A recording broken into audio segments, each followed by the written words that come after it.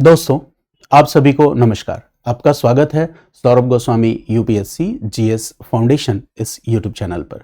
दोस्तों, मुझे आज आप सबको बताते हुए ये बहुत खुशी हो रही है कि आज हमने अपने इस यूट्यूब चैनल पर जीएस पेपर 1 के एक सबसे इम्पॉर्टेंट मॉड्यूल या सेगमेंट, जिसे हम इंडियन सोसाइटी या भारतीय समाज के नाम से जानते हैं, आज हमने इसकी पहली लेक्चर यूट्यूब पे अपलोड की है और हमने एक नया प्लेलिस्ट बना दिया है जिसमें आपको इंडियन सोसाइटी के कंप्लीट लेक्चर्स आसानी से मिल जाएंगे। इस लेक्चर में इंडियन सोसाइटी की फाउंडेशन क्लासेस को अवेलेबल कराया गया, जिसमें क्लासेस के अलावा जो पीवाईक्यू डिस्कशंस हैं वो भी हमने साथ साथ चैप्टर वाइज फॉर्मेट में किया है। तो चलिए क्लास की शुरुआत करते हैं। तो जैसा कि मैंने बताया कि आज पहली लेक्चर है इंडियन सोसाइटी की, तो बेसिकली आज की क्लास में हम बात करेंगे इंडियन सोसाइटी या भारतीय समाज हमें जानना क्यों ज़रूरी है, यूपीएससी ने जीएस में इसको क्यों शामिल किया है, इसका सिलेबस क्या है, इसको पढ़ने की हमारी स्ट्रैटेजी क्या होगी, क्या यूट्यूब वीडियो चैनल्स के माध्यम से हम इस मॉड्यूल की एक कंप्लीट स्टडी कर सकते हैं। इन्हीं सब मुद्दों पे मैं आपसे बात करूंगा। और हाँ, एक बात और मैं स्पष्ट कर दूं कि ये यूट्यूब चैनल हिंदी माध्यम के विद्यार्थियों के लिए समर्पित है। हालांकि हिंदी के साथ साथ मैं इंग्लिश के शब्दों का भी यूज़ करूंगा। तो हिंदी मीडियम की मेरी जितनी भी कोर्सेज हैं जीएस के, सभी मॉड्यूल्स की, ऑप्शनल्स की, वो यूट्यूब में फ्री में अवेलेबल होंगी। मैं पेड लेक्चर्स केवल और केवल इंग्लिश मीडियम के कोर्सेज के लिए अवेलेबल कराता हूँ। तो आइए हम वीडियो की शुरुआत करते हैं। तो इंडियन सोसाइटी या भारतीय समाज, जैसा कि मैंने कहा कि जीएस फाउंडेशन का ये सबसे इम्पॉर्टेंट हिस्सा है। तो आप ये समझिए कि अगर हम ओवरऑल मेंस में जीएस पेपर 1 की बात करें, यूपीएससी मेंस में जीएस पेपर 1 की बात करें, तो यहाँ हमारे सामने 3 सेगमेंट्स आते हैं, 3 सेगमेंट्स हैं। एक हिस्ट्री है, दूसरी तरफ ज्योग्राफी है और तीसरा है इंडियन सोसाइटी या भारतीय समाज। देखो, यूपीएससी सिविल सेवा की जो परीक्षा है, ये आपको ब्यूरोक्रेट बनाने के लिए आपकी जो भी मेंटल स्किल्स हैं इनको टेस्ट करती है। और एक बेहतर ब्यूरोक्रेट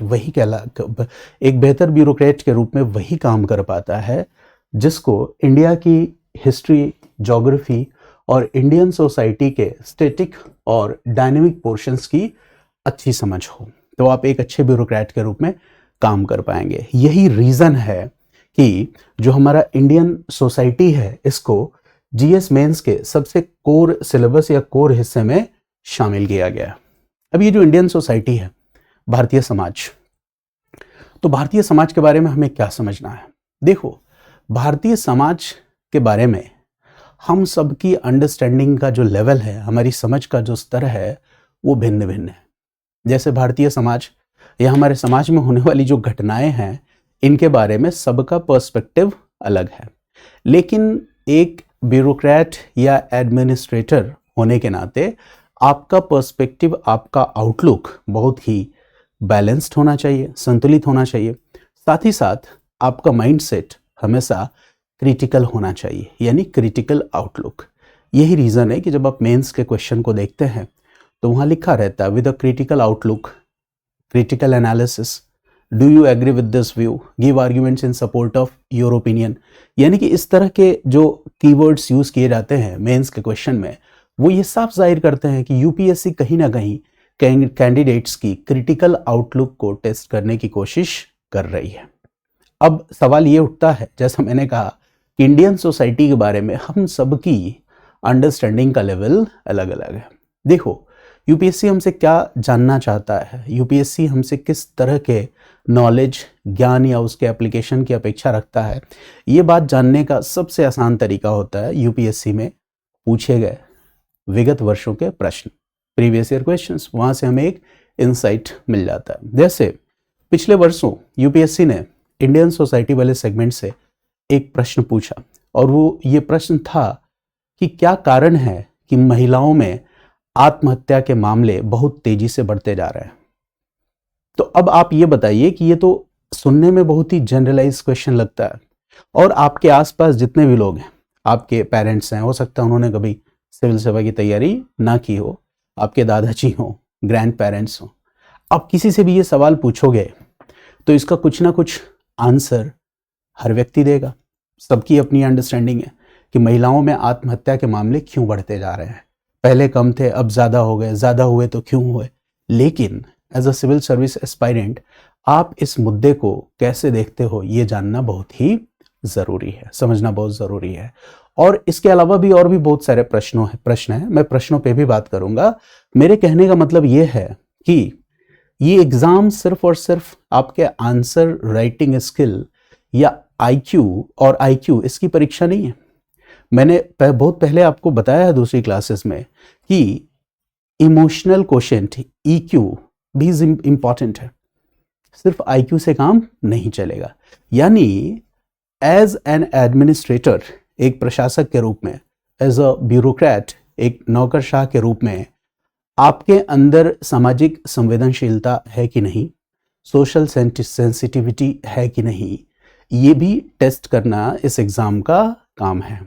तो आपके अंदर सोशल सेंसिटिविटी, सामाजिक संवेदनशीलता है कि नहीं, ये टेस्ट करने के लिए क्वेश्चन कहाँ से डिज़ाइन किए जाएंगे? इंडियन सोसाइटी से ही डिज़ाइन किए जाएंगे। जैसा मैंने पॉलिटी के मॉड्यूल में भी आपको बताया था कि जब हम पॉलिटी भी पढ़ते हैं तो एक एस्पेक्ट, एक पहलू जानना सबसे महत्वपूर्ण हो जाता है कि हमें चेंज और कंटिन्यूटी एंड चेंज यानी निरंतरता और परिवर्तन की समझ है कि नहीं। यानी हिस्टोरिकल टाइम्स से कौन से एलिमेंट्स कंटिन्यू है, किन की निरंतरता है, समाज में क्या चेंजेस हो रहे हैं, समाज में क्या परिवर्तन हो रहे हैं, इस बात की समझ आएगी नहीं। हमारा कॉन्स्टिट्यूशन खुद एक बड़ा एग्जाम्पल है, इस कॉन्टिन्यूटी और चेंज को दिखलाता है।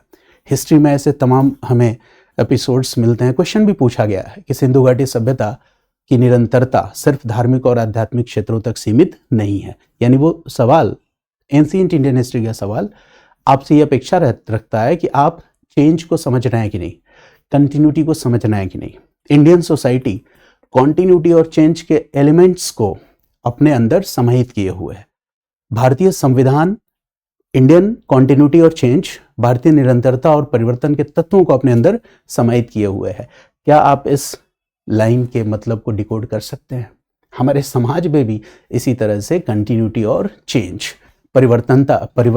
निरंतरता और परिवर्तन के तत्व देखने को मिलते हैं। तो सिर्फ और सिर्फ स्टैटिक पोर्शन, बुकिश नॉलेज जानने से काम नहीं चलेगा। एथिक्स के पेपर में भी हमारी सोशल सेंसिटिविटी को चेक किया जाता है। एस्से के पेपर से भी हमारी सोशल सेंसिटिविटी, सामाजिक संवेदनशीलता हमारे आंसर्स में झलक जाती है। हम जो कुछ भी लिखते हैं उस आंसर से हम कितने सामाजिक रूप से संवेदनशील हैं, ये एग्जामिनर आसानी से टेस्ट कर सकता है। तो हमें किताबी ज्ञान के अलावा ग्राउंड लेवल रियलिज्म की भी समझ होनी चाहिए। जब मैं ग्राउंड लेवल रियलिज्म की बात करता हूं तो इसे हम ज़मीनी यथार्थबोध या ज़मीनी हकीकत कहेंगे। यानी कि हमें बुकिश नॉलेज के अलावा, थियरीज के अलावा, इन प्रैक्टिस, व्यवहार में हमारे समाज में क्या हो रहा है, इस बात की हमें गहरी समझ होनी चाहिए। जैसे लिव इन रिलेशनशिप सही है कि गलत है, LGBTQ के राइट्स ठीक है कि गलत है, इस तरह की तमाम चीज़ें आप करंट अफेयर्स में पढ़ते हैं। और यूपीएससी ने प्रीवियस ईयर क्वेश्चंस में एक सवाल पूछा कि भारतीय समाज में मैरिज एज एन इंस्टीट्यूशन, विवाह की एक संस्था के रूप में, एक संस्कार के रूप में, इसका जो महत्व है, इसका जो इंपॉर्टेंस है, इसमें लगातार परिवर्तन हो रहा है। अब इस बात को जब आप एक्सप्लेन करोगे या लिखोगे अपने आंसर में, तो आपकी सोशल सेंसिटिविटी, समाज की आपकी समझ, सोसाइटी में जो कॉन्टिन्यूटी और चेंज, निरंतरता और परिवर्तन के तत्व हैं, उनके बारे में आप कितना सोच सकते हो। ग्राउंड लेवल रियलिज्म, ज़मीनी यथार्थबोध की आपको कितनी समझ है ना। आपकी मैच्योरिटी, आपकी परिपक्वता का लेवल क्या है, आपकी एथिकल एडमिनिस्ट्रेटिव मैच्योरिटी, आपकी नैतिक प्रशासनिक परिपक्वता, इन सबको आपके आंसर को देख के एग्जामिनर आसानी से जज कर सकता है। जैसे आज हम अपने समाज में क्या देख रहे हैं, जैसे कि आप देखो कि एक स्लोगन, एक नारा बहुत लोकप्रिय हो रहा है। वो नारा क्या है? हिंदू राष्ट्र का नारा। हिंदू मेजोरिटेरियनिज्म, ये जो है, ये संस्कृति बहुत तेजी से क्या होती जा रही है, मजबूत बनती चली जा रही है, बनाई जाती चली जा रही है। स्टेट सपोर्ट द्वारा। दूसरी तरफ हमारा कॉन्स्टिट्यूशन क्या कहता है कि स्टेट को क्या करना चाहिए, प्रिंसिपल्ड डिस्टेंस मेंटेन करना चाहिए, सभी धर्मों के साथ समान दूरी मेंटेन करना चाहिए। दूसरी तरफ हम देख रहे हैं कि नए नए आध्यात्मिक गुरु they are mushrooming every day, नए नए रोज हमारे सामने निकल के सामने आ जा रहे हैं। और ये जो नए नए आध्यात्मिक गुरु हैं, कोई 2 करोड़ की कार का फ्लॉन्च कर रहा है, दिखावा कर रहा है, कोई 3 करोड़ की कार का दिखावा कर रहा है, ऐसे सैकड़ों नमूने रोज आप देख रहे हो। तो अब आप इन एग्जाम्पल्स को देखकर भक्ति भाव में आ जाते हो, श्रद्धा से भर जाते हो, या फिर आप भारत के भविष्य के बारे में सोचते भी हो। ये सब देखकर आप भक्त मोड में आ जाते हो कि क्रिटिकल मोड में आ जाते हो। ये आपकी मैच्योरिटी के लेवल को दिखलाता है। आपके सामने सुबह से शाम तक टीवी चैनल्स डिबेट कर रहे हैं कि भारत विश्व गुरु, स्पिरिचुअल गुरु, आध्यात्मिक गुरु बनने के राह की ओर है। लेकिन यहां बैठ के आपको सोचना होगा, भारत आध्यात्मिक गुरु पहले था, बनने के राह की ओर है, कि आज स्पिरिचुअल हेमरेज का शिकार हो चुका है। और अगर कोई आपसे ये प्रश्न पूछे तो आप इस बात से सहमत हो सकते हो या असहमत हो सकते हो। सहमत हो सकते हो तो सहमति के तर्क, असहमत हो सकते हो तो असहमति के तर्क, और दोनों ही तर्कों को आप बहुत ही सहजता के साथ, विनम्रता के साथ स्वीकार करेंगे। अगर आपके कुछ काउंटर आर्ग्यूमेंट्स हैं तो आप अपने ओपिनियन, अपने विचारों के पक्ष में उन काउंटर आर्ग्यूमेंट्स को रखेंगे। ये होता है एक हेल्दी क्रिटिकल माइंडसेट। ये नहीं कि आपके विचारों से कोई संगत नहीं है, उसने कोई और बात कह दी, आप गुस्से में आकर उसको अनफ्रेंड कर दिए, उसको इंस्टाग्राम पे क्या कर दिया, ब्लॉक कर दिया। तो आप जब इस मोड में चले जाते हो, इसका मतलब आपकी परिपक्वता का स्तर बहुत ही निम्न है। तो परिपक्वता उम्र से तय नहीं होती है। कोई हमसे कम उम्र का आदमी हमसे ज्यादा परिपक्व हो सकता है, कोई इंडिविजुअल, किसी की बात करो, नॉट जेंडर स्पेसिफिक, कोई हमसे अधिक उम्र का इंडिविजुअल हमसे ज्यादा परिपक्व हो सकता है। तो परिपक्वता का उम्र से कोई लेना देना नहीं है। आमतौर पे हम परिपक्वता और उम्र दोनों डायरेक्टली प्रोपोर्शनल है ऐसा मान लेते हैं, लेकिन ये यूनिवर्सली ट्रू नहीं है। तो इंडियन सोसाइटी की समझ होनी बहुत जरूरी है ताकि हम ऐसे मुद्दों को समझ सकें। और जिन मुद्दों को मैंने उठाया अभी की क्लास में, ऐसा नहीं है कि कोई यूनिडायरेक्शनल थॉट या अप्रोच है मेरा, किसी एक विचारधारा से की तरफ मैं इंक्लाइंड हूं और जानबूझ के ऐसे मुद्दों को उठा रहा हूं, ऐसा बिल्कुल नहीं है। ये सब कुछ मैं बहुत ही सोच समझ के बता रहा हूं। देखो, एक शिक्षक जब एग्जाम रिलेटेड नॉलेज या इंफॉर्मेशन शेयर करता है, मैं आपको यूपीएससी की तैयारी करवा रहा हूं, तो इस प्लेटफॉर्म पे खड़ा होके मैं जो भी बोलूंगा वो बिल्कुल एग्जाम की नीड के अकॉर्डिंग होगा, क्रिटिकल आउटलुक होगा। हो सकता है कि कल को मेरी भूमिका बदल जाए, मैं स्पिरिचुअल गुरु के रोल में आ जाऊं, मैं पॉलिटिक्स में चला जाऊं, कोई लीडर बन जाऊं, तो वहां पे फिर मेरे पास एक नैरेटिव होगा, फिर वहां पे मेरी एक यूनिडायरेक्शनल थॉट होगी। वहां मंच से भाषण देने की शुरुआत करने के साथ ही मैं क्या करूंगा, रिलीजियस स्लोगन्स यूज करूंगा। यहां क्लास पढ़ाने से पहले मैं किसी रिलीजियस स्लोगन को यूज नहीं करता। तो आप इस बात को समझ पा रहे हो कि नहीं? आप इस बात को समझ पा रहे हो कि नहीं कि आज जो YouTube है, सोशल नेटवर्किंग साइट्स हैं, धीरे धीरे जो इंटरनेट की दुनिया है, ये हमारे मस्तिष्क को अपने अनुसार रेगुलेट करती चली जा रही है। भारत जो बौद्धिक विरासत की बात करता था कि इंडिया में जो एकदम हम कहते हैं सुपर ब्रेन, बहुत इंटेलेक्चुअल लोग होते हैं, धीरे धीरे वो इंटेलेक्ट एल्गोरिदम में पीछे छूटता चला जा रहा है। और जो मूर्खतापूर्ण बातें हैं, व्यंग है, अश्लील कंटेंट है, ये ऊपर चला आता जा रहा है। और इस तरह के जुड़े हुए लोग क्या बनते चले जा रहे हैं, सेलिब्रिटी बनते चले जा रहे हैं। तो इसका दीर्घ काल में क्या परिणाम होगा हमारे समाज पे, ये सोचना क्या है, एक क्रिटिकल आउटलुक है।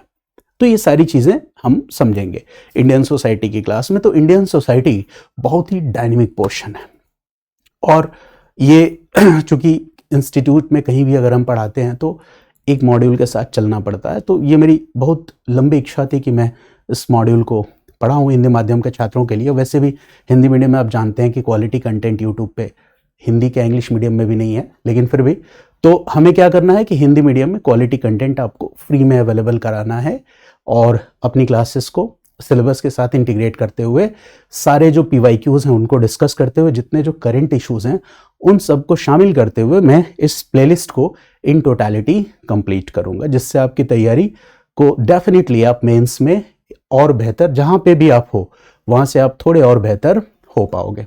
जैसे आमतौर पे जब हम इंडियन सोसाइटी पढ़ते हैं तो इंडियन सोसाइटी को सोशियोलॉजी समाज शास्त्र के साथ जोड़ के नहीं देख लेना है। इंडियन सोसाइटी जब हम जीएस में पढ़ रहे हैं तो यहाँ हमें डेफिनेशंस या स्टैटिक पोर्शन में बहुत ज्यादा नहीं उतरना है, उसकी जरूरत नहीं है।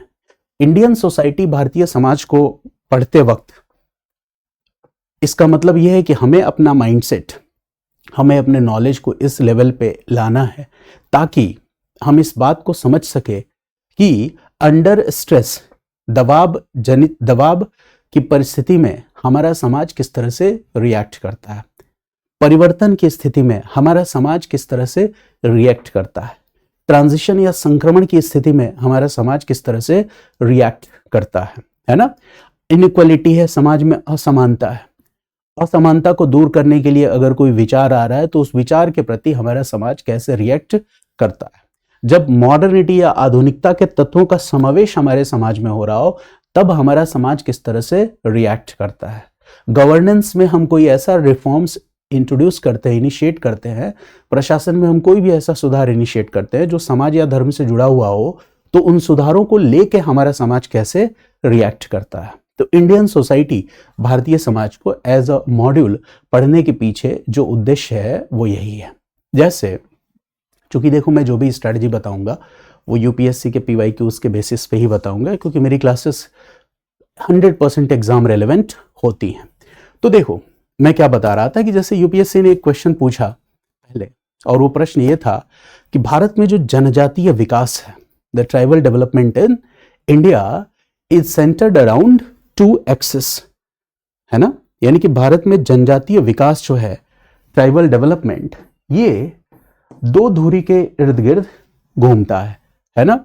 और वो 2 धुरी कौन सी है, 2 पोल्स, 2 एक्सिस कौन सी हैं, तो वो है डिस्प्लेसमेंट एंड रिहैबिलिटेशन। डिस्प्लेसमेंट का मतलब क्या है, विस्थापन, और रिहैबिलिटेशन का मतलब क्या होता है, पुनर्वास। तो सवाल क्या हो गया कि भारत में जब हम ट्राइबल डेवलपमेंट की बात करते हैं, जनजातीय विकास की बात करते हैं, तो यह 2 एक्सिस, 2 धुरी के इर्द गिर्द जनजातीय विकास का मुद्दा घूमता है, वो विस्थापन और पुनर्वास है। अब देखो क्या है ये प्रश्न, इसमें आपको पॉलिटी की भी अंडरस्टैंडिंग होनी चाहिए, इसमें आपको करंट अफेयर्स और एडिटोरियल्स के कुछ केस स्टडीज भी पता होने चाहिए, साथ ही साथ इसमें आंसर राइटिंग में आपकी सोशल सेंसिटिविटी ये भी एक्सप्रेस होनी चाहिए।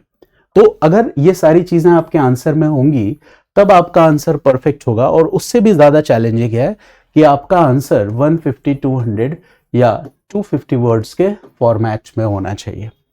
तो मैं इसीलिए कहता हूं कि बार बार मैंने अपनी वीडियोस में बोला है कि यूपीएससी एक ऐसी परीक्षा है जिसकी तैयारी करते समय हमारा जो पहला स्टेप होना चाहिए वो कोर कॉन्सेप्ट बिल्डिंग और जीएस फाउंडेशन का होना चाहिए। और जब आप ये कर लोगे तो यकीन मानो प्रीलिम्स 3 से 4 महीने में प्रीलिम्स की अच्छी कमांड बना लोगे। हाँ, मैथ्स और रीजनिंग आप कॉन्टिन्यूअस पढ़ते रहिए। तो ये बात, तो देखो यूपीएससी के प्रश्न कितना डेप्थ लिए हुए हैं कि प्रश्न में ये कंसर्न है कि ट्राइबल डेवलपमेंट जो है डिस्प्लेसमेंट और रिहैबिलिटेशन इन 2 मुद्दों के इर्द गिर्द घूमता है। तो इस मुद्दे पे बात करना बिल्कुल लॉजिकल है, हम बिल्कुल बात कर सकते हैं। इसके अलावा जैसे यूपीएससी ने एक क्वेश्चन ये भी पूछा कि भारत में जाति पहचान का मतलब कास्ट आइडेंटिटी का, ये स्टैटिक भी है और डायनेमिक भी है। बताओ कैसे भारत में जाति की पहचान, कास्ट आइडेंटिटी स्टैटिक भी है और डायनेमिक भी है। अब पता चले हमें कास्ट आइडेंटिटी या इससे जुड़े हुए मुद्दे हम ये नहीं समझ पा रहे हैं, है ना, तो स्टैटिक डायनेमिक कहाँ से हम एक्सप्लेन कर पाएंगे, है ना। तो वो यूट्यूब वीडियोस के भरोसे आपकी तैयारी नहीं हो सकती जो दूसरे फॉर्मेट के हैं। और दुर्भाग्य ये है कि आपको अपनी क्लास को पॉपुलर बनाने के लिए उसी फॉर्मेट को फॉलो करना पड़ेगा। वो भी हम करेंगे लेकिन अभी नहीं, पहले सारे क्वालिटेटिव लेक्चर्स में अपलोड कर दूं, और फिर नहीं हो पाएगा तो हम उस फॉर्मेट में सड़क छाप तैयारी भी करवाएंगे, लेकिन वो आखिरी विकल्प है। प्राथमिक विकल्प क्या है कि हम आपको क्वालिटी वीडियोस दें। एक और क्वेश्चन जो मैं आपके साथ पहले ही बता चुका हूं कि भारत में विवाह, ये संस्था जो है, विवाह को एक संस्कार के रूप में माना जाता रहा, तो ये अपना महत्व खोता चला जा रहा है। इसके बारे में आप बताओ। तो देखो जब आप इन प्रश्नों को देखते हो, इसके अलावा भी तमाम ऐसे प्रश्न है। देखो यूपीएससी के प्रश्न बहुत गहरे होते हैं, ये अलग बात है कि आंसर वही लिखेगा जो प्रीलिम्स पास करके जाएगा, उसी में से कुछ लोगों का सिलेक्शन हो जाता है, बट उसके क्वेश्चन का लेवल बहुत अलग होता है ना। अब जैसे एक प्रश्न है यूपीएससी ने पूछा, ये प्रश्न क्यों बता रहा हूं, इसके पीछे भी रीजन है। कुछ सिलेक्टिव क्वेश्चन से मैं लेके आया हूं, क्योंकि स्ट्रैटेजी वीडियोस में हम सारे क्वेश्चंस को तो नहीं ले आ सकते। जैसे एक प्रश्न ये पूछा गया कि भारत में जो सांप्रदायिकता है, कॉम्युनलिज्म इन इंडिया, ध्यान से देखना क्या प्रश्न पूछा यूपीएससी ने पूछा, और ये सोसाइटी का क्वेश्चन है, कॉम्युनलिज्म इन इंडिया, यानी भारत में जो सांप्रदायिकता है, यह इट अराइजेस ड्यू टू, और यहां पे दो चीजें लिखी गई हैं।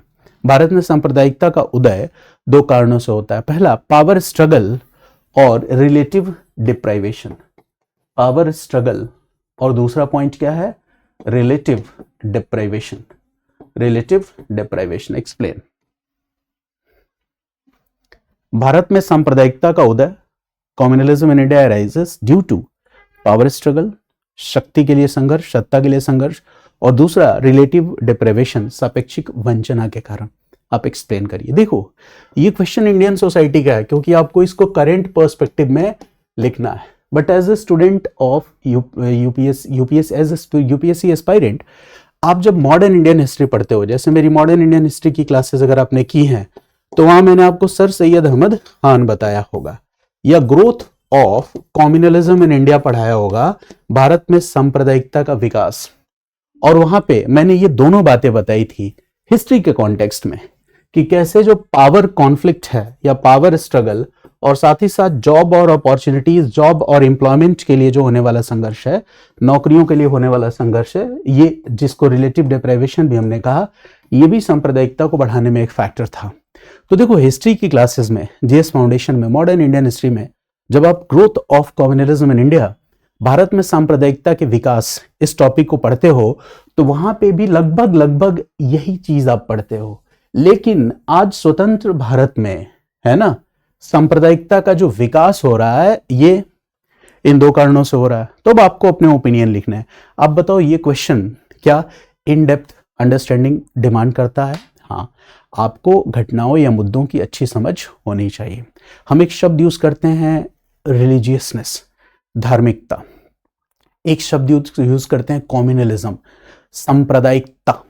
यूपीएससी ने सवाल पूछ लिया कि धार्मिकता और सांप्रदायिकता, रिलीजियसनेस और कम्युनलिज्म, दोनों में क्या अंतर होता है। यूपीएससी ने क्वेश्चन पूछ लिया कि जो रीजन्स हैं, है ना, क्षेत्र हैं, जैसे मान लो राज्य, स्टेट्स, ये कल्चरल यूनिट्स के रूप में, सांस्कृतिक केंद्र के रूप में किस तरह से काम करते हैं, ये यूपीएससी ने क्वेश्चन पूछ लिया। दलित आइडेंटिटी मूवमेंट्स, दलित पहचान आंदोलन, एंड एनिहिलेशन ऑफ कास्ट, जाति उन्मूलन, इससे संबंधित सवाल पूछ लिया। ट्राइबल जो इश्यूज हैं वो यूपीएससी के लिए सबसे इंपॉर्टेंट होते हैं, है ना, और रीजनलिज्म या अनइवन डेवलपमेंट, क्षेत्रीयतावाद या असमान विकास जो हो रहा है, या हम देखते चले जा रहे हैं कि रिलीजियस ऑर्थोडॉक्सी ये बढ़ती चली जा रही है, तो इन सब से जोड़ के यूपीएससी सवाल पूछ सकती है। यानी एक बात क्लियर है कि हमें समाज में होने वाले परिवर्तन की भी समझ होनी चाहिए। समाज में जो एलिमेंट्स आज से हजारों साल से निरंतर चले आ रहे हैं, उनका फॉर्म क्या है, उनका स्ट्रक्चर क्या है, उनका रूप किस प्रकार का है, क्या उनके फॉर्म या स्ट्रक्चर में कुछ सुधार की जरूरत है, वो सुधार की जरूरत है तो क्यों जरूरत है, ये हमें समझना होगा। इंडिया में जो सोसाइटी में रिफॉर्म्स हैं, या इंडिया में जो सोशल स्ट्रक्चर है, रिलीजियस स्ट्रक्चर है, ये वेस्ट के मॉडल से किस तरह से अलग है। जैसा आपको पॉलिटी की क्लास में मैंने पंथ निरपेक्षता, सेक्युलरिज्म और धर्मनिरपेक्षता में अंतर वाला कॉन्टेक्स्ट समझाया था। तो देखो, एक लेवल पे आके जो अलग अलग मॉड्यूल्स होते हैं यूपीएससी में जनरल स्टडीज के, वो इंटरसेक्ट करने लगते हैं, मिलने लगते हैं एक दूसरे से, और इसीलिए आमतौर पे एक र्यूमर जो आमतौर पे लोगों ने बच्चों के दिमाग में फिक्स कर दी है कि एक आदमी सब कुछ नहीं पढ़ा सकता, और हकीकत क्या है कि एक आदमी अगर वो सब कुछ पढ़ाए तो सबसे बेहतर पढ़ा सकता है, क्योंकि वहां पे इंटर लिंकेजेस और टॉपिक्स को जोड़ के देखने की दृष्टि इतनी शानदार विकसित हो जाएगी कि कभी वो अलग अलग मॉड्यूल के टीचर्स दे ही नहीं सकते। बट वही है, मार्केटिंग का जमाना है, जो चीज मार्केटिंग से आपके दिमाग में फिट कर दी जाए वो आपके दिमाग में हमेशा के लिए बैठ जाती है। भाई एक बच्चा जब इतने सारे मॉड्यूल्स और ऑप्शनल को पढ़ के एग्ज़ाम दे सकता है तो टीचर क्यों नहीं पढ़ा सकता? लेकिन ये सवाल कभी आप सामने वाले से पूछते नहीं हो, ठीक है। चलिए हम आगे बढ़ते हैं। तो मैंने आपको बताया कि कुछ कोर एरियाज हैं यूपीएससी के जहां से वो प्रश्न पूछती है। हालांकि जो सिलेबस में टॉपिक्स मेंशन है यूपीएससी के, और बहुत ही शानदार सिलेबस है। जब आप करंट अफेयर्स और एडिटोरियल्स पढ़ते हो तो फ्रिक्वेंटली आप पाओगे कि सिलेबस में जो टॉपिक्स मेंशन किए गए हैं वहां से इश्यूज आपके सामने आते हैं। जैसे एक बात जो सबसे पहले आपको पढ़नी है वो है salient features of Indian society, भारतीय समाज की विशेषताएं। ये तो हर जगह कॉमन है। जब हम संविधान पढ़ते हैं तो एक टॉपिक आ जाता है संविधान की विशेषताएं। तो जब हम भारतीय समाज पढ़ रहे हैं तो भारतीय समाज की विशेषताएं, ये टॉपिक हमें पढ़ना होगा। तो जब हम भारतीय समाज की विशेषताओं को पढ़ते हैं तो बहुत सारे जो स्टैटिक पोर्शन है उनसे हम फेमिलियर हो जाते हैं। तो ऑब्वियस है कि भारतीय समाज की विशेषताओं को पढ़ने के क्रम में यहाँ हमें थोड़ी ज़्यादा मेहनत करनी पड़ेगी, क्योंकि इसी से हमारा फाउंडेशन या बेस या प्लेटफॉर्म तैयार होगा। इसी प्लेटफॉर्म पे आपको बिल्डिंग बनानी है। तो जाहिर सी बात है कि पहला चैप्टर ज़्यादा समय लेगा। फिर भारतीय समाज की विशेषताओं का ही एक पक्ष है कि भारत में क्या है, डाइवर्सिटी है, विविधता है। तो ये भी एक टॉपिक है, डाइवर्सिटी इन इंडिया, भारत में विविधता। अच्छा देखो, जब हम भारत में विविधता को समझते हैं, भारतीय समाज की विशेषताओं को समझते हैं, तो धीरे धीरे जब आप मतलब चाहे बुकिश नॉलेज ही लो, जब आप इन चीज़ों को पढ़ते हो तो धीरे धीरे वो कहते हैं ना कि टॉलरेंस आपके विचारों में, उदारता, सहिष्णुता अपने आप आने लगता है, क्योंकि भारत के डाइवर्स या मल्टीकल्चरल नेचर को आप समझ पाते हो। इसके बाद role of women and women's organisation, महिलाओं की भूमिका, role of women and women organisations, महिला संगठनों की भूमिका, ये भी एक महत्वपूर्ण विषय जो मेंशन किया हुआ है स्पेशली। तो role of women and women's organisation. फिर इश्यूज रिलेटेड टू पॉपुलेशन, जनसंख्या से जुड़े हुए मुद्दे, इश्यूज रिलेटेड टू पॉपुलेशन एक मुद्दा ही है। अब यहां से देखो डाइवर्स होते चले जा रहे हैं, टॉपिक भी डायनेमिक होते चले जा रहे हैं, है ना। फिर हम आगे बढ़ते हैं तो poverty and developmental issues, poverty and developmental issues यानी कि गरीबी और विकास से जुड़े हुए जो मुद्दे हैं उनको, जैसे मैंने ट्राइबल डेवलपमेंट वाला क्वेश्चन जो बताया था वो डेवलपमेंटल इश्यूज से जुड़ जाता है, तो ये सवाल यहां भी आ जाता है। फिर अर्बनाइजेशन एंड देयर प्रॉब्लम्स, शहरीकरण और उनसे जुड़ी हुई समस्याएं, और साथ ही साथ शहरीकरण और उनसे जुड़ी हुई समस्याएं हैं उनका रेमेडीज या निदान क्या है। और ध्यान रखना है कि जब भी हम इन टॉपिक्स को पढ़ रहे हैं तो यहाँ पे इन टॉपिक्स में सबसे ज्यादा, जैसे मान लो इश्यूज रिलेटेड टू पॉवर्टी, या आप role of women and women organisation, महिलाओं की भूमिका या महिला संगठनों की भूमिका, या गरीबी और विकास से संबंधित मुद्दे पढ़ रहे हो, या फिर शहरीकरण, उनसे जुड़ी हुई समस्याएं और उनका उपचार क्या ही ये मुद्दा पढ़ रहे हो, तो इसको पढ़ते हुए जो दृष्टिकोण, जो पर्सपेक्टिव आपका सबसे बेहतर होना चाहिए वो क्या है, सोशल पर्सपेक्टिव। इस पे आपको ज्यादा फोकस करना है, क्योंकि इन सारे मुद्दों के पॉलिटिकल पर्सपेक्टिव, इकोनॉमिक पर्सपेक्टिव, कई सारे पर्सपेक्टिव हो सकते हैं। बट पढ़ते वक्त जब हम ये मॉड्यूल पढ़ेंगे इंडियन सोसाइटी, तो हमारा ध्यान, हमारा फोकस कहाँ पे होगा, सोशल पर्सपेक्टिव पे। दूसरी चीज क्या है कि effects of globalisation on Indian society.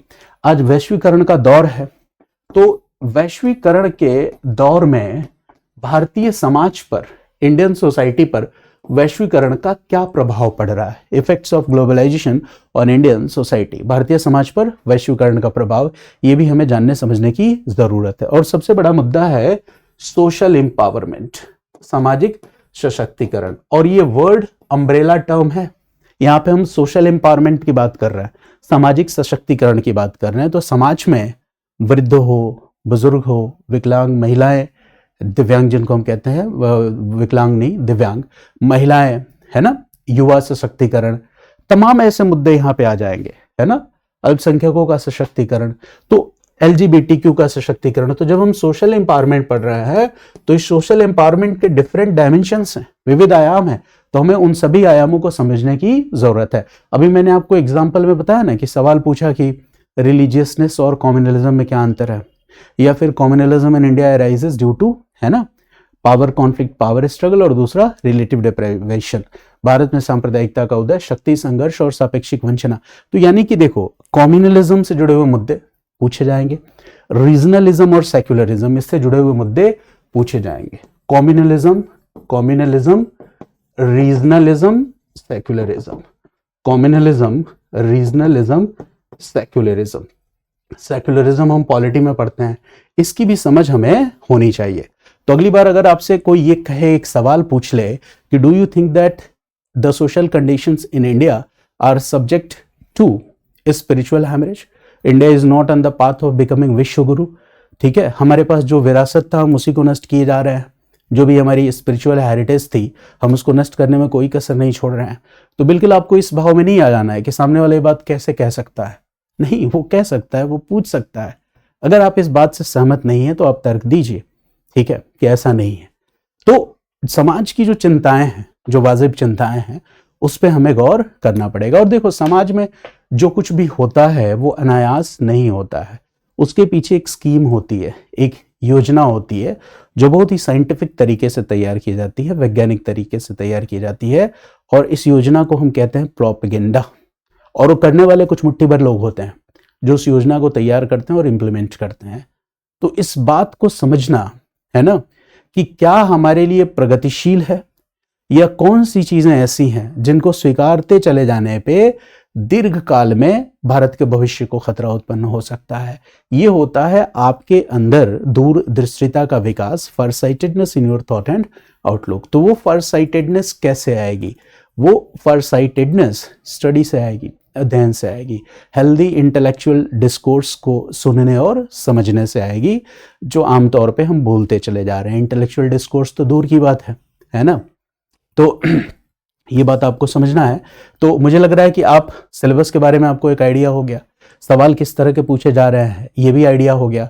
अब एक बात, और भी कई सारे प्रश्न हैं तो हम उन सभी प्रश्नों पे नहीं आ रहे हैं। एक बात यहाँ पे, एक सवाल जो आमतौर पे बच्चे पूछ लेते हैं कि इंडियन सोसाइटी, ये जो जीएस पेपर 1 का मॉड्यूल है, क्या इसके लिए एनसीईआरटी की बुक रेलेवेंट है? तो याद रखना, इंडियन सोसाइटी के लिए एनसीईआरटी की बुक बहुत जरूरी है। एनसीईआरटी की 11th और 12th क्लास की बुक जो है ना, ये आपको पढ़नी है। जैसे एक बुक है इंडियन सोसाइटी, इस नाम से है, दूसरी बुक है social change and development in India, सामाजिक परिवर्तन और भारत में विकास। तो 2 किताबें आपको मिलेंगी। 11th क्लास वाली बुक का नाम है इंडियन सोसाइटी, तो एक बुक आप ये ले लीजिएगा, इंडियन सोसाइटी। बस 2 किताबें आप लेंगे अगर मेरी क्लास को देख रहे हैं तो। और दूसरा क्या है? दूसरी बुक है सोशल चेंज, सामाजिक परिवर्तन and development in India, Bharat में विकास। तो केवल ये 2 बुक्स लीजिएगा। इसके बाद जो भी स्टैंडर्ड बुक्स हैं, मैं अपने लेक्चर में उन बुक्स से जो भी हम एक्सट्रैक्ट करके एक्सीलेंट चीजें ला सकते हैं वो मैं अपने लेक्चर में इनकॉर्पोरेट करूंगा। दूसरी चीज, जो करेंट अफेयर्स से जुड़े हुए जितने मुद्दे होंगे हम उसको भी अपनी क्लास में लेकर आएंगे। जो भी इंडियन सोसाइटी में हमें कीवर्ड्स हैं जो हमें सीखने हैं, जो एनसीईआरटी की बुक से सीखना है या किसी स्टैंडर्ड बुक से सीखना है या उसको हमें अपने आंसर में यूज करना है, वो सब मैं आपको सिखाऊंगा। जैसे अनइवन स्पेशल ग्रोथ, ये वर्ड अगर हमने एग्जाम में लिखा, हमने लिखा इनफॉर्मलाइजेशन ऑफ लेबर या segmented access to the civic amenities, इस तरह के शब्दों का प्रयोग किया तो हम कम शब्द में ज्यादा गहरी बात को कह जाते हैं। तो अपने आंसर को प्रिसाइज या संक्षिप्त रखने के लिए, बेहतर बनाने के लिए, इसीलिए मैं कहता हूं कि भाषा पे पकड़ भी बहुत जरूरी है। और सबसे महत्वपूर्ण बात, ये जो इंडियन सोसाइटी का जो मॉड्यूल है जीएस पेपर 1 का, ये बिल्कुल इससे मॉड्यूल के लिए गोल्ड माइन की तरह है। यानी अगर या तो आप इससे ढंग से पढ़ो या फिर इंडियन सोसाइटी को ठीक ढंग से कंप्लीट करो, फिर आप पाओगे कि ऐसे में आपका कमांड अपने आप क्या होता चला गया, बेहतर होता चला गया, है ना। तो पहले मेरी योजना ऐसे पढ़ाने की थी, बट मैंने उसको थोड़ा चेंज किया। पहले मैं इंडियन सोसाइटी पढ़ाऊंगा आपको, फिर सोशल जस्टिस पढ़ाऊंगा। पॉलिटी आप पढ़ ही रहो, एक अलग प्लेलिस्ट है, आप यूट्यूब चैनल पे जाके देखिएगा, इंडियन पॉलिटी एंड कॉन्स्टिट्यूशन। तो लास्ट में मैं इससे पढ़ाऊंगा, तो सारी चीजें क्या हो जाएंगी, जाके इंटीग्रेट हो जाएंगी। तो इंडियन सोसाइटी और हिस्ट्री, इन 2 चीजों की अगर हमें समझ अच्छी हो जाती है तो हमारे लिए आंसर के इंट्रोडक्शन को लिखना बहुत आसान हो जाता है। कोई भी प्रश्न जो हमसे पूछा गया है उस प्रश्न का कंटेक्स्ट क्या है, संदर्भ क्या है, ये हम बहुत आसानी से समझ पाते हैं। एस्से में जब हम किसी टॉपिक के बारे में एस्से में लिख रहे होते हैं तो उसमें सबसे जरूरी होता है उस एस्से, उस विषय के संदर्भ को समझना, और उस संदर्भ में कितने आयाम हो सकते हैं, कितने डायमेंशंस हो सकते हैं, उन सभी डायमेंशंस को एक्सप्लोर करना। और जब आप उन डायमेंशंस को एक्सप्लोर कर रहे हो तो विथ एग्जांपल्स, और एग्जाम्पल कैसे हो, करंट अफेयर से जुड़े हुए हो, इस तरह से हम एक बेहतर एस्से की फॉर्मेटिंग कर सकते हैं। तो उसके लिए हिस्ट्री की समझ, पॉलिटी की समझ, इंडियन सोसाइटी की समझ बहुत जरूरी है। तो मुझे लग रहा है कि ये बात आप समझ पाए होंगे। तो Indian society as a module बहुत इंपॉर्टेंट है। आमतौर पे बच्चे एस्से की तैयारी पे उतना ध्यान नहीं देते हैं, जीएस पेपर 4 एथिक्स की तैयारी पे उतना ध्यान नहीं देते हैं, इंडियन सोसाइटी की तैयारी पे उतना ध्यान नहीं देते हैं। उनका पूरा फोकस हिस्ट्री, ज्योग्राफी, पॉलिटी और इकोनॉमिक्स, इन 4 चीज़ों के आसपास केंद्रित रह जाता है। तो थोड़ा हमें सभी मॉड्यूल्स को इक्वल इंपॉर्टेंस देने की ज़रूरत है। हाँ, कुछ मॉड्यूल्स रिलेटिवली ज़्यादा इंपॉर्टेंट हैं क्योंकि प्रीलिम्स में उनका रोल ज़्यादा होता है, तो ऑब्वियसली उसे ज़्यादा पढ़ना है। लेकिन उसे ज़्यादा पढ़ने का मतलब इंडियन सोसाइटी को, सोशल जस्टिस को, या फिर एस्से को, या एथिक्स के पेपर को पूरी तरह से इग्नोर कर देना नहीं है। तो मेरे लिए भी ये बहुत चैलेंजिंग है कि जीएस के सारे मॉड्यूल्स को और यूट्यूब पे, क्योंकि समय मैनेज करना बहुत मुश्किल हो जाता है किसी एक काम के साथ। तो देखो मैंने यही डिसाइड किया कि हिंदी मीडियम में एटलीस्ट, क्योंकि देखो मुझे भी अपनी रोजी रोटी चलानी है ना, तो सब कुछ तो फ्री में नहीं दे सकता। तो यहाँ पे मैंने एक तरीका सोचा कि चूंकि हिंदी मीडियम वाले बच्चे जो होते हैं उनकी पेइंग कैपेसिटी भी बहुत वीक होती है, सस्ते कोर्सेज के चक्कर में कई बार वो धोखाधड़ी का शिकार भी हो जाते हैं और दोबारा फी अफोर्ड नहीं कर पाते। तो मेरे लिए तो ये इनिशिएटिव गंगा नहाने जैसा है ना। तो मैं हिंदी मीडियम में जितने भी कोर्सेज हैं, जितने भी जीएस के मॉड्यूल्स हो सकते हैं, इंक्लूडिंग मैथमेटिक्स, मैं बिहार से हूँ और बिहार वालों को मैथ्स नहीं आती हो, ये कहाँ हो सकता है ना। तो मैथ्स पे एक्सीलेंट कमांड है मेरी। तो सीसेट में मैथमेटिक्स और रीजनिंग भी मैं आपको पढ़ाऊंगा, बट लास्ट में। तो जीएस में यूपीएससी की तैयारी की जितनी चीज़ें हो सकती हैं, मेरे से जितना संभव हो पाएगा, मैं यूट्यूब चैनल पे फ्री में अवेलेबल कराऊंगा। मैं कोई क्रांति का दावा नहीं करता, है ना, कोई ऐसा रिवॉल्यूशन मुझे नहीं करना है, लेकिन मुझे पता है कि जिस दिन मैं ये काम कर जाऊंगा, ये काम करने में 5 महीने, 6 महीने, 1 साल, 1.5 साल लग सकते हैं, तो मुझे लगता है कि वो अपने आप में एक सामाजिक क्रांति होगी। तो क्रांति की नहीं रहती है, अपना काम किया जाता है, क्रांतियाँ अपने आप, है ना, अपना स्वरूप ग्रहण कर लेती हैं। तो मुझे उम्मीद है कि आज की क्लास आपको समझ में आई होगी। तो लेक्चर नंबर 2 जो मैं अपलोड करूंगा, वहां से हम चैप्टर 1 से शुरुआत करेंगे, यानी कि features of, salient features of Indian society, भारतीय समाज की विशेषताएं। सीधे इस विषय से, सीधे इस पहले टॉपिक से मैं स्टार्ट करूंगा लेक्चर नंबर 2 से। और एक बात और याद दिला दूं, हमारे यूट्यूब चैनल पे एक और प्लेलिस्ट है पॉलिटी एंड कॉन्स्टिट्यूशन के लिए। वहाँ पे foundation classes along with the PYQ discussions same इसी मॉडल पे हैं। आप उन वीडियोस को भी देखिए और अपनी तैयारी को बेहतर बनाइए। हमसे जुड़ने के लिए, वीडियो देखने के लिए आप सभी का बहुत बहुत धन्यवाद, आभार। मिलते हैं अगले लेक्चर में, lecture number 2, salient features of Indian constitution वाले टॉपिक में।